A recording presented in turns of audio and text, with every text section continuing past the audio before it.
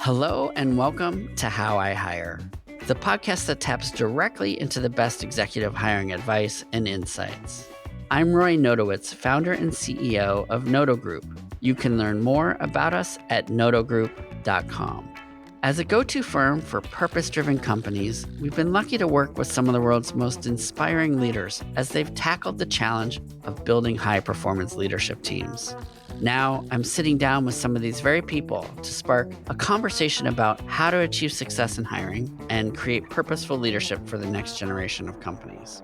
Today, I'm joined by career coach Kate Sargent for a new 3-part conversation series where we'll dig into insight and advice for job seekers. Kate helps active and passive job seekers with job search strategy through her consultancy, KJS. And she's played a key role in recruiting and leading talent acquisition functions at major brands such as North Face, The Citizenry, Method, and Allbirds. In this episode, we'll cover how candidates can successfully identify and build relationships with recruiters and search firms. Kate, thanks for joining us. It's great to have you back on the podcast. Thanks, Roy. I'm super excited to do this again. It was such a fun time doing the last 2 podcasts with you. Yeah, it had such great feedback from our listeners. And now we're back to do a deeper dive into some of the topics that we discussed. I was thinking it'd probably be good to just refresh us a bit for those who may not have heard those first 2 podcasts about your path to becoming a job search strategy coach and expert on the topic. I know you do lots of different things, but let's dig into that a little bit. Yeah, for sure. So I came out of college and thought I was going to be a lawyer, decided to take a different path and wound up working in retail for years, loved the field side of retail, wound up in retail recruiting for the North Face, then did corporate recruiting for the North Face, and then wound up being the head of global talent acquisition at Method, the soap company, took them to acquisition by SC Johnson. I was a global head of talent acquisition for Allbirds, took them to an IPO. And then most recently, I was a VP of people for the Citizenry and took them to an acquisition as well. So I've spent quite a bit of time on the talent acquisition side, but I've also been working as a executive coach, job search coach for almost 9 years. I started doing it for my friends and then got tired of doing it for free, asked them to bring me paying clients and, word of mouth, my business built and built and built. And then I came out on the market and now I have a wonderful, thriving coaching business. It's been really incredible, the response. And I love helping people find their next role and figure out how to get through to the next steps of their career. Absolutely.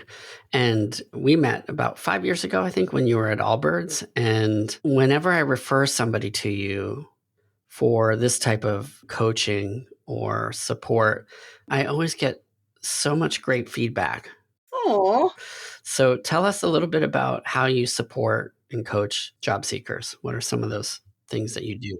so in terms of the career search portion of the work that I do, my goal is centered around helping people tell their story properly. So crafting your narrative, helping you really understand the different segments of your career and weaving and threading the themes together so that it's really easy for you to tell a comprehensive and cohesive story, both through written formats, being, your resume telling your story backwards, your LinkedIn profile being where you are at this exact moment, constantly evolving.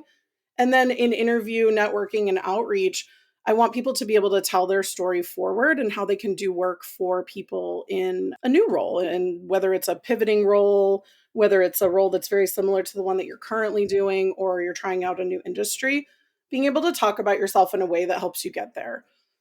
That's awesome. Let's get into this. We wanted to talk about how best to work with recruiters. I think it's often something that folks don't completely understand in terms of how recruiters work and the different ways in which to engage and get the most out of relationships with recruiters of different types. And so I'm interested in starting out with really doing a deep dive to understand the role of the recruiter and how we work. Can you give us a bit of an overview? Yeah. And just for clarity, too, there's a very different type of recruiter for different types of work. So I was an in-house recruiter, which meant I worked on the brand side. So I worked inside of a brand, recruited only for that brand and for the roles that happened to open in our space, versus an agency recruiter that would take potentially all sorts of different searches from different companies and be working with different types of clients and different types of roles and potentially different industries as well. As an in-house recruiter, people would always ask us, why do we need external agencies to work on some of these searches? And really, when you're an internal recruiter, you're a generalist. You have to work on all of the different types of roles, depending on what the volume looks like. But also, there's a big call for like confidentiality too, where you might want to be searching potentially for a role without your in house recruiter talking about it on LinkedIn too. Somebody might be retiring or leaving confidentially. And those are the type of situations where you want that utmost care from the agency that's working on your executive roles as well. So I hear from candidates all the time that the follow up, follow through, and communication sometimes is challenging. Can you tell us a little bit about why communication is inconsistent or recruiters are sometimes unresponsive? I think there's a ton of different reasons why recruiters are unresponsive. And I would say almost none of them are because of the recruiter. A lot of those are circumstances outside of their control. So, having been an in house recruiter, I can tell you that when we get jobs handed to us, generally someone has an idea, they've created a job description, they're ready to go, there's a budget, and we put that out there and we start recruiting. Now, that's an ideal scenario where you're ready, you've got the budget, everything's moving forward. Now, what happens in a search is that a lot of times the hiring manager changes their mind after seeing some candidates, or the job wasn't fully fleshed out, or we wind up changing what the leveling of the job looks like, or the budget gets cut. All of those things are reasons that a recruiter might hit pause, not be able to communicate with you as quickly. The time frame changes, or they wind up with different people needing to interview because the role has changed. Those are a couple of the reasons that a recruiter would be a little bit unresponsive or inconsistent, but mainly it's because they don't know what to tell you. A lot of times they don't have all the information, or they don't want to tell you something that's incorrect, because recruiters take a lot of heat for that too. It's a very delicate position. When you've got 700 people in a search, it's really difficult to make perfect communication happen for every single person. Now, I'm not making excuses for recruiters, but I am saying that it is definitely a wild world out there right now. Now, from the agency side too, it could be they just don't have information, right? Like, is the hiring manager communicating? Is the in-house recruiting team communicating what's going on? So there's a lot of different moving pieces behind the scenes. Now, sometimes it could just be a recruiter that is truly rude or bad at their job. But I would say the majority of situations where you're not hearing back from somebody, it's not about that. It's about it being a confusing time, or budgets changing, or not having the right info. I think also sometimes it's just that they're not as interested in your candidacy. Maybe they have other candidates that are more closely aligned, and for some reason, maybe they're slow playing your application or your resume while they look for additional candidates, given feedback maybe that they've received from the hiring manager. Or another aspect is just timing. Maybe there's already people in the finalist stage and the recruiter doesn't want to enter in more variables or more candidates. There's a lot of different things at play. Recruiters are also sensitive to candidates' feelings too. We don't want to have to deliver bad news until we are for sure that bad news is there. So I do think there's a sensitivity too to not wanting to reject somebody until they are fully rejected, but often that can be a longer process because you have to wait through somebody else going Right. all the way through.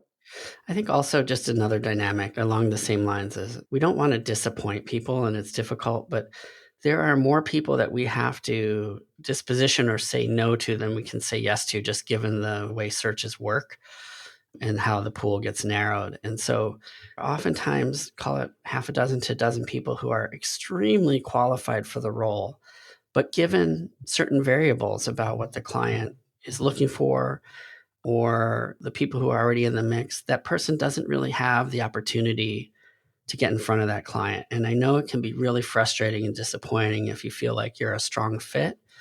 But unfortunately, it's like the musical chair scenario where there's lots of great people, but only one chair. So those are the things where just have a little grace for recruiters and understand that they're under a lot of pressure and trying to do the best they can.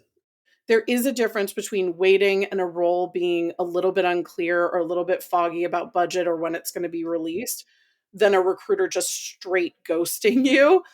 And that is a very different circumstance that I have absolutely no ability to condone, because just ghosting someone and never letting them know about their candidacy for the future is never acceptable in the recruiting space.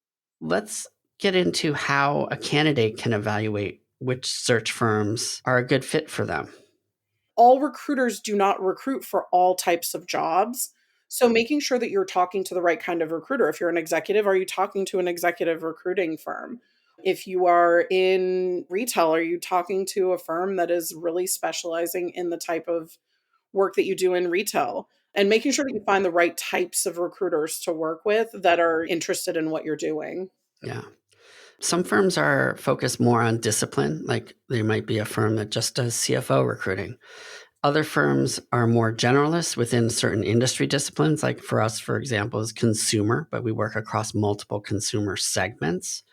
And in terms of what a candidate should look for is the firms that represent or have relationships with the types of companies that they're interested in working for, right? And looking at specifically also the experience of the recruiting team and the depth or quality of the relationships that they have with clients. For example, if you're contacted by a recruiter and they don't really have a lot of information about the opportunity or about the company, or if they don't ask good questions to really understand your capabilities and competencies, then that's a little bit of a yellow flag. Also, check with your friends, the people that have worked with them before. That's usually a good way to get some advice on who to talk to as a recruiter. Ask people that have already worked with them. One other thing I wanted to touch on here too, just because it's such a ripe time for scams, that recruiters are not going to be asking you for information about your date of birth and your social security number, just to throw it out there. So make sure you're working with somebody reputable. Definitely somebody that's aligned with what you do, who you are, the type of things that are important to you, and the industries that you want to be working in. Really, Yeah. really important. So time is especially scarce for recruiters, right? There's a lot of communication and high volume of relationships. What should a candidate expect just kind of reaching out to a firm or recruiter for the first time? And what are some of the things that they can do to evaluate that firm in that process?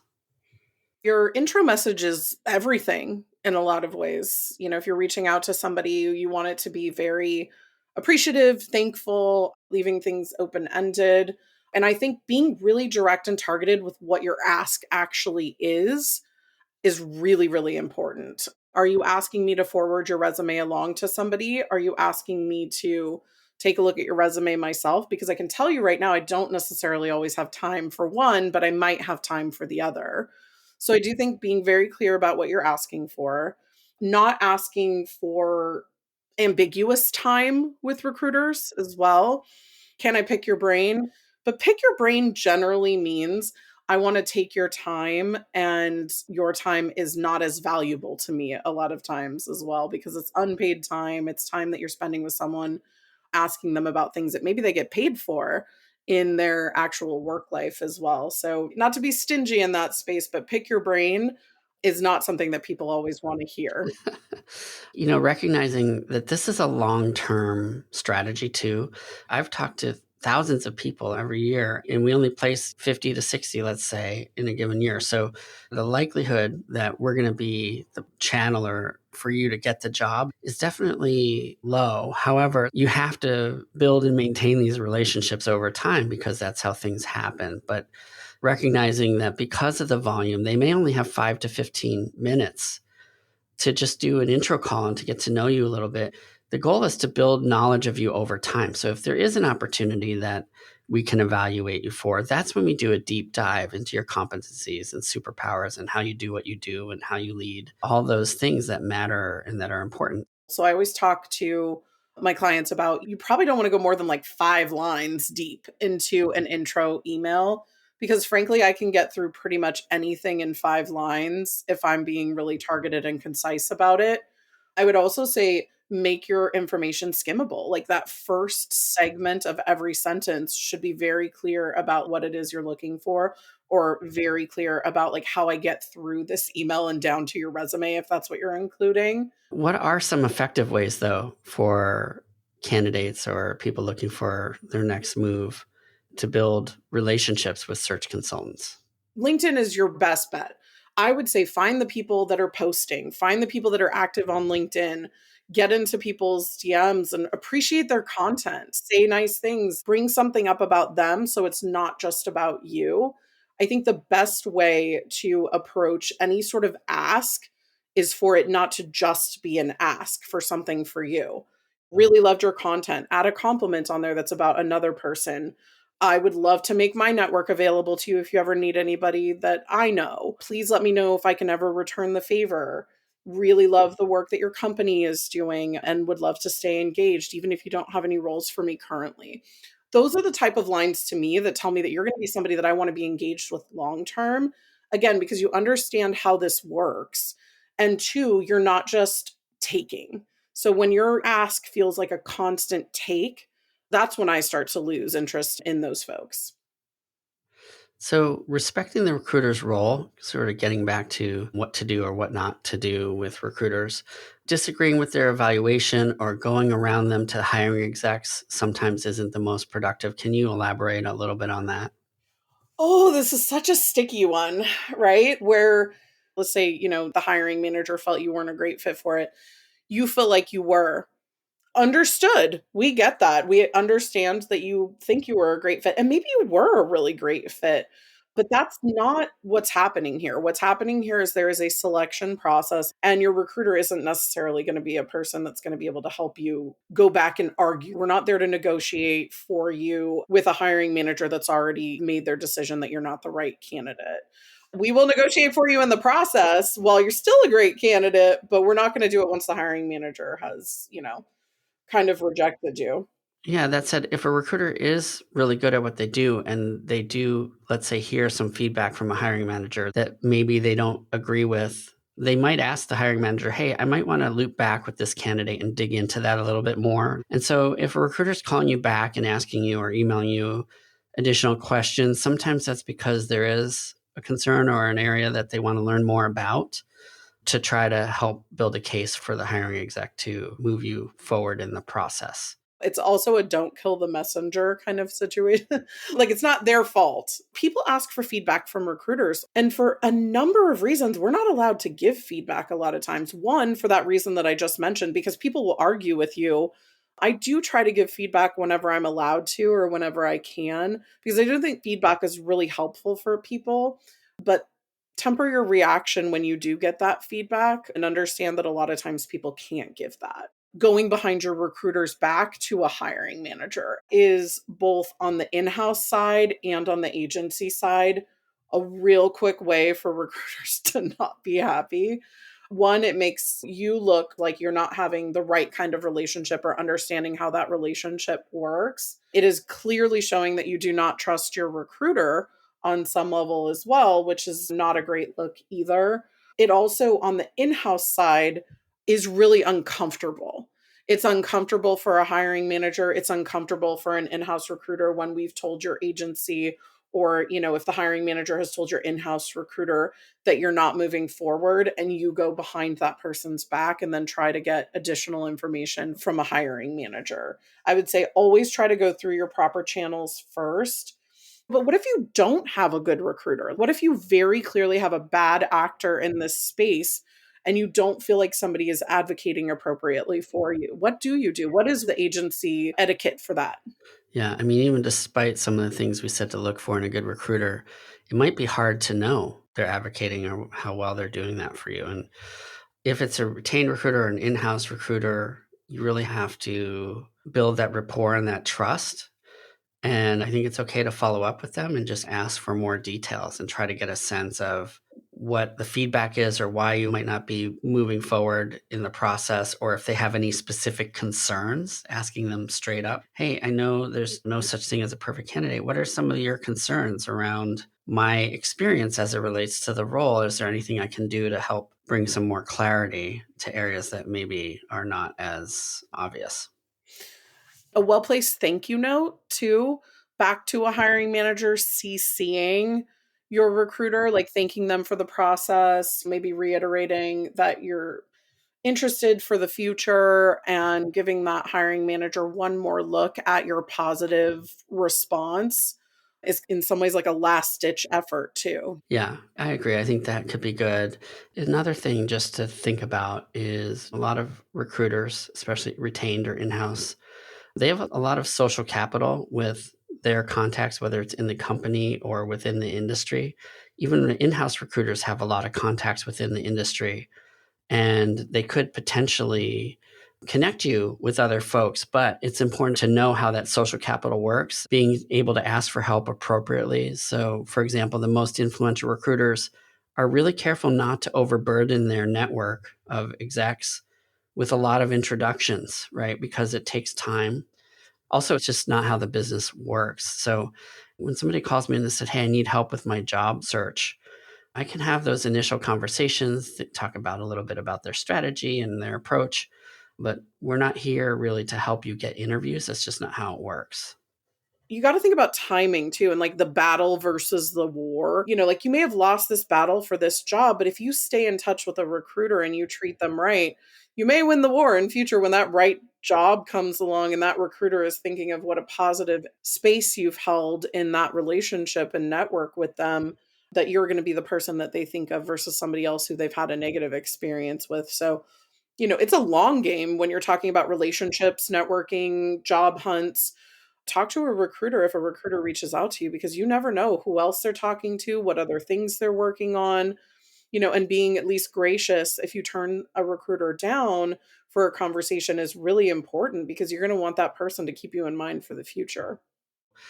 The more honest and accurate you are in helping us understand your true strengths and where you fit and what works best for you and your style, that's really going to help us understand and believe who you are and what you're capable of doing. It's just as much about editing what you are not good at as it is about highlighting what you are good at. We know that this is a really tough job market. It's just like that round hole, square peg situation. And I think people wind up being like, I can do that. I could do that. No, I could definitely do that. I can do anything. Don't get desperate to the point in your job search that you almost water down the incredible work that you are capable of doing by acting like you can do Yeah, everything. because then we don't really know what to believe. Just along the same lines around desperation, oftentimes people will email me and then everyone else on my team. And it's very inefficient for us as a firm to have my whole team taking time to respond and have 15-minute phone calls even. I'd much rather just be very targeted. If there's a specific recruiter that you want to build a relationship with, start there because they're talking to the other recruiters on my team or in-house, right, or other places. That is particularly true in agency or like smaller companies. But I do think that one of the learnings that I've had in these larger organizations, like an Amazon or a Google or one of those groups, those recruiters do not always talk to each other. And the segmentation and the matrix in those spaces is so deep. Those are the type of situations where maybe you want to spread your recruiting conversations a little bit wider, but for the most part, in the mid-sized small companies or agency side of things, everybody's communicating. You're all in the same pool. We understand where you are. Yeah.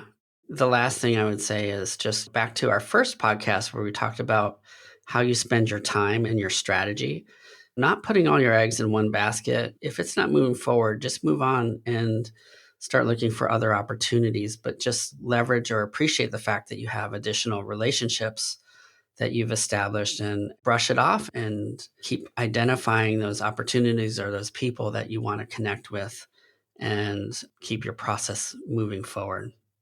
Be the recruiter in your own network. Be the person that is introducing people. Be the person that sees a job out there and thinks about their network and forwards things along to them as well.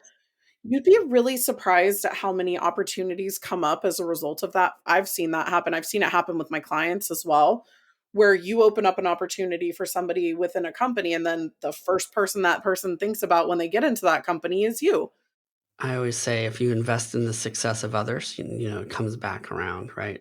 I'm living proof of that. I started out giving free sessions and offering free coaching. and thinking that that was just like something I was going to do in the meantime. And it has built my entire business, just being nice to people and trying to help people. It's true. And we do our best, just so you know, we do our best to approach our work with kindness and generosity. So hopefully we covered most of what you need to know about working with recruiters or how best to work with recruiters. But certainly we're open to any additional questions. You can reach out to us on LinkedIn and feel free to ask more questions if you have any. Or argue with us if you think we're wrong. I'm always happy to have somebody disagree with what I'm thinking any day. Love the feedback. And we are posting a lot of stuff out there. So be on the lookout, especially Kate. She's prolific with her posts and they're always insightful. Thank you. And our next topic, we're going to dig into interviewing and do a deep dive there. So stay tuned for that. And thanks again, Kate, for joining us on this podcast and sharing your insights. Anytime you want to have me, Ryan, I'm always ready to show up for a podcast. Thanks for tuning in to How I Hire. Visit howihire.com for more career advice resources. Kate will join me again next week for part 2, a deep dive into interviewing. How I Hire is created by Noto Group. To find out more about Noto Group, visit us at notogroup.com. You can also sign up for our monthly email job alert newsletter there and find additional job search strategy resources and content on hiring. This podcast was produced by Anna McLean. To learn more about her and her team's work, visit aomclean.com.